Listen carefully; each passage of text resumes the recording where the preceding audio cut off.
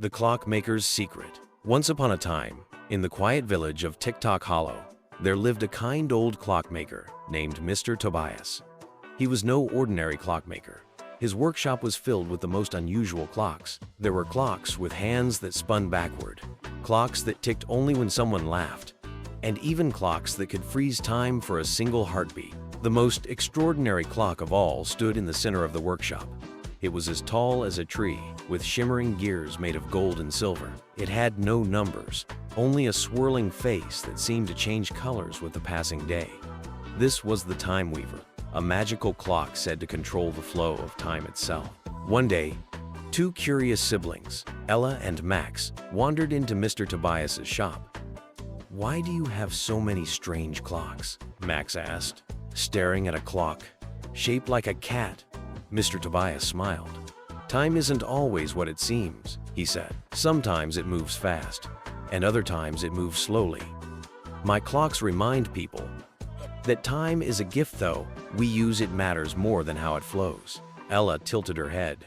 "But can you change time? Like make it go slower when we're having fun or faster when we're waiting for something?" Mr. Tobias's eyes twinkled. "Perhaps you'd like to see for yourselves."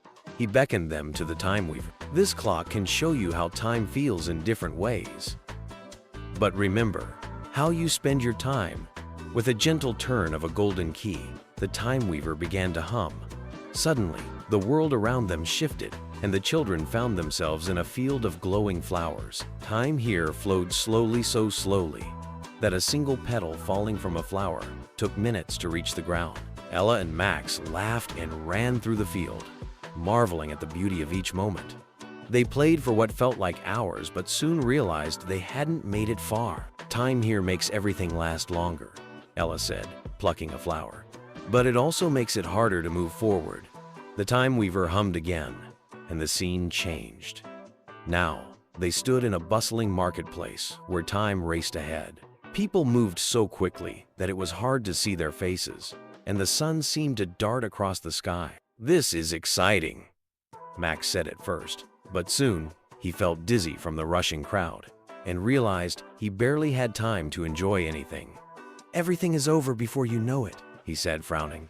Finally, the Time Weaver brought them to a forest bathed in golden light. Here, time seemed balanced, not too fast, not too slow.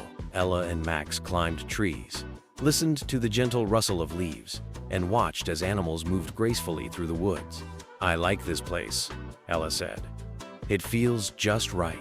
When they returned to the clockmaker's shop, Mr. Tobias was waiting with a cup of tea and a warm smile. "What did you learn about time?" he asked. Ella thought for a moment. "That time feels different depending on how we use it," she said. Max nodded. "And that sometimes it's more important to enjoy where we are than to rush ahead or stay too long in one place." Mr. Tobias beamed. "Wise lessons indeed. Remember, children, you can't control how time flows, but you can choose how to fill it with kindness, curiosity." The children thanked the clockmaker and left his shop, their hearts full of wonder.